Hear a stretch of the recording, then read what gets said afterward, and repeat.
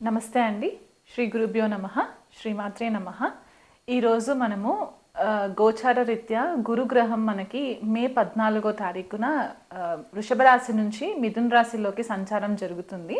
So ఆ సంచారంలో మనకి ఏ రాశుల వాళ్ళకి ఎలాంటి ఫలితాలు ఉంటాయనే విశ్లేషణ చేద్దాము. సో ద్వాదశ రాశుల వాళ్ళకి గురు గోచార ఫలితాలని ఈ వీడియోలో తెలుసుకునే ప్రయత్నం చేద్దాము. గురుగ్రహం మనకి మే 14వ తారీఖున రాత్రి 11:20 మనకి న్యూఢిల్లీని కనుక మనము లొకేషన్గా తీసుకున్నట్లయితే కనుక ఆ సమయానికి వృషభ రాశి నుంచి మిథున రాశిలోకి సంచారం జరుగుతుంది. మే 14వ తారీఖు నుంచి కూడా అక్టోబర్ 18వ తారీఖు వరకు కూడా మిథున రాశిలో సంచారం జరిగి 18వ తారీఖు అక్టోబర్లో కర్కాటక రాశిలోకి వక్రిగతిలో ట్రాన్సిషన్ జరుగుతుందన్నమాట.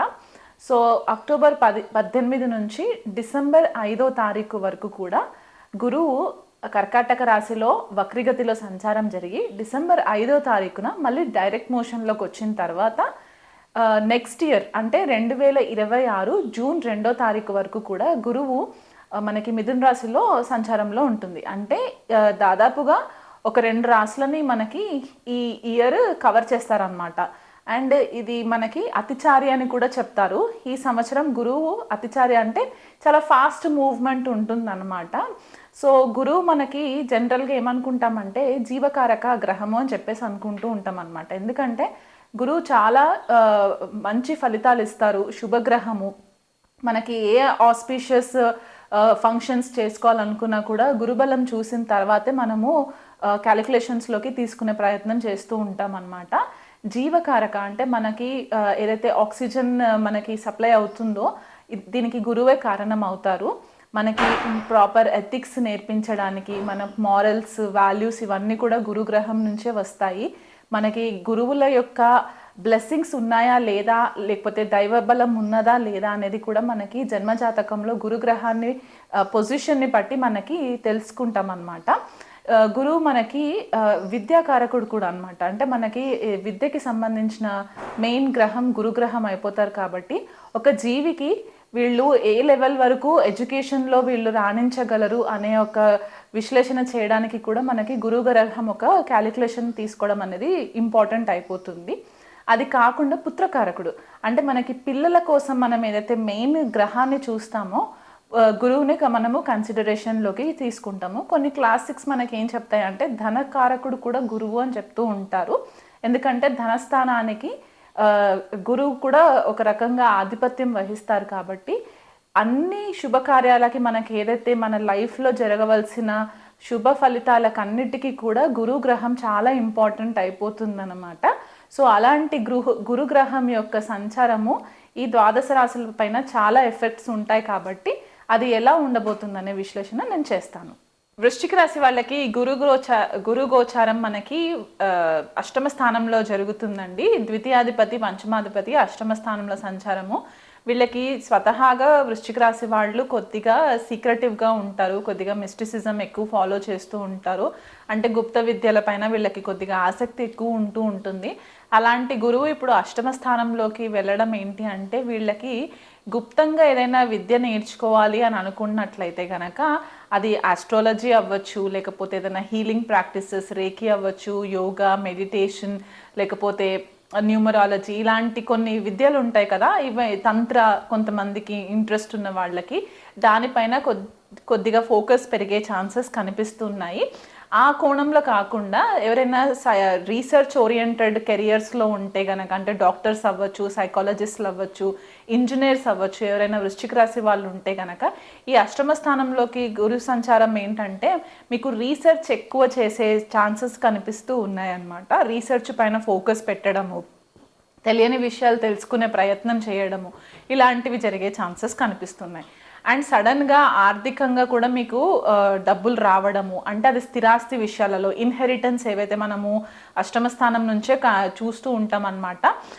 పిత్రార్జిత స్థిరాస్తులు ఏవైతే ఉంటాయో అవి కూడా మీకు సడన్గా మీకు ఫేవరబుల్గా వచ్చే ఛాన్సెస్ కనిపిస్తూ ఉన్నాయి. కాకపోతే ఏంటంటే కొద్దిగా మీకు ఫైనాన్షియల్ విషయంలో కొంచెము ఇబ్బందులు వస్తాయి అన్నమాట. అంటే ఆర్థిక విషయాలలో కొద్దిగా ఇబ్బందులు కనిపించే ఛాన్సెస్ కనిపిస్తున్నాయి. ఎందువల్ల అంటే ద్వితీయాధిపతి అష్టమంలోకి వెళ్ళడం ఏంటంటే సడన్గా ఒక రకమైన ట్రాన్స్ఫర్మేషన్ జరగడం అనమాట ఆర్థిక వ్యవహారాలలో. సో ఫైనాన్షియల్ విషయంలో కొద్దిగా కేర్ఫుల్గా ఉండండి. ప్రణాళికబద్ధంగా కొద్దిగా మీరు ఖర్చులు కనుక కేర్ఫుల్గా మీరు ప్లాన్ చేసుకున్నట్లయితే కనుక ఇబ్బంది పడే పరిస్థితి లేదు. పంచమాధిపతి అష్టమంలోకి వెళ్ళి ఆయన ద్వితీయాధిపతి కూడా అవ్వడం ఏంటంటే అధిక డబ్బు పిల్లల విద్య పట్ల అంటే పిల్లల చదువుల పట్ల కొద్దిగా ఖర్చు అయ్యే ఛాన్సెస్ వృశ్చిక రాశి వాళ్ళకి మనకి కనిపిస్తూ ఉంది. సో ఆ విషయంలో కొద్దిగా అధికంగా డబ్బు కేటాయించే ఛాన్సెస్ మనకి గోచార గురువు మనకి ఫేవరబుల్గా ఉంటారన్నమాట. ఆ అష్టమంలో ఉన్న గురువు వ్యయస్థానాన్ని కూడా చూస్తారు కాబట్టి కొద్దిగా మీకు అందరితో ఎక్కువ మింగిల్ అవ్వకుండా వీలైనంత మట్టుకు ఒంటరిగా ఉండడానికి ఇష్టపడడము, ఏదైనా తీర్థయాత్రలు చేయడము, ఏదైనా గుప్తంగా విద్యలు నేర్చుకోవడము, ఒంటరిగా టైం ఎక్కువ స్పెండ్ చేయడము, భాగస్వామితో కూడా కొద్దిపాటిగా చికాకులు రావడము, వాళ్ళతో కొద్దిగా సఖ్యతగా ఉండకపోవడము, ఇవన్నీ కూడా కొద్దిగా ఇష్యూస్ కనిపిస్తూ ఉన్నాయి.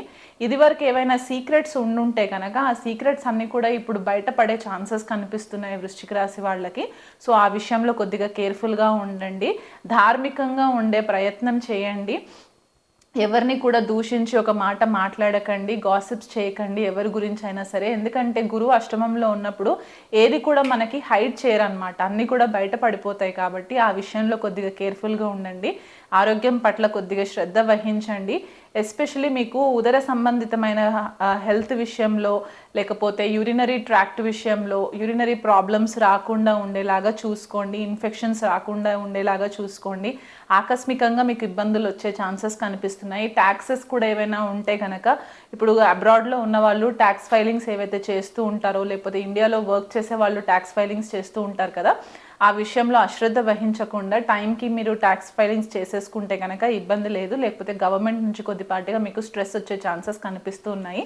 చతుర్థ స్థానం పైన కూడా గురువు యొక్క దృష్టి పడుతుంది కాబట్టి మోక్ష త్రికోణాలు అన్నీ కూడా యాక్టివ్లో ఉంటాయి. కాబట్టి మీరు చాలా ఇంటర్నల్ హీలింగ్ అవుతుంది.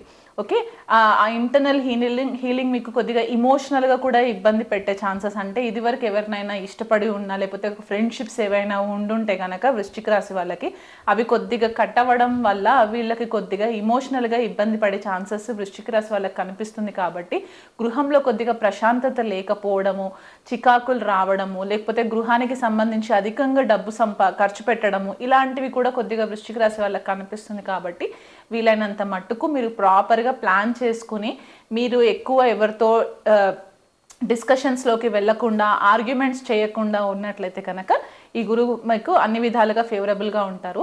కాకపోతే అష్టమంలో గురు సంచారం కాబట్టి కొద్దిగా ఆకస్మికంగా ఇబ్బందులు వచ్చే ఛాన్సెస్ ఉన్నాయి. కాబట్టి మీరు కొద్దిగా గురువుకి పరిహారాలు చేసుకున్నట్లయితే కనుక మీకు ఈ సంవత్సరం అంతా కూడా ఫేవరబుల్గా ఉంటుంది. 16 గురువారాలు మీరు ఉపవాసం ఉండే ప్రయత్నం చేయండి. హెల్త్ సపోర్ట్ చేస్తే కనుక ఒక పూట భోజనం చేసి ఉపవాసం ఉంటే కనుక మీకు 16 గురువారాలు అండ్ ఆవు నెయ్యితో దీపం పెట్టడము, పసుపు ఒత్తులతోటి దీపం పెట్టడము, దీపారాధన చేసుకోవడము, గురుపాదుక స్తోత్ర పారాయణం చేసుకోవడము, ఏదైనా గురు మంత్రం తీసుకొని అది పారాయణం చేసుకోవడము, లేకపోతే ఎవరికైనా సరే మంత్రదీక్ష తీసుకున్న వాళ్ళు ఉంటే కనుక ఆ మంత్రాన్ని రెగ్యులర్గా పఠనం చేసుకోవడం వల్ల కూడా మీకు మంచి ఫేవరబుల్ రిజల్ట్స్ వస్తాయి. ఎవరిని అంత గుడ్డిగా నమ్మకండి. గురు రూపంగా ఎవరైనా వచ్చి మీకు మంత్రోపదేశం చేస్తాము అన్నా సరే వాళ్ళని ఎవరిని కూడా నమ్మకుండా మీకు మనసుకు ఏది కరెక్ట్ అనిపిస్తే అది చేసే ప్రయత్నం చేయండి.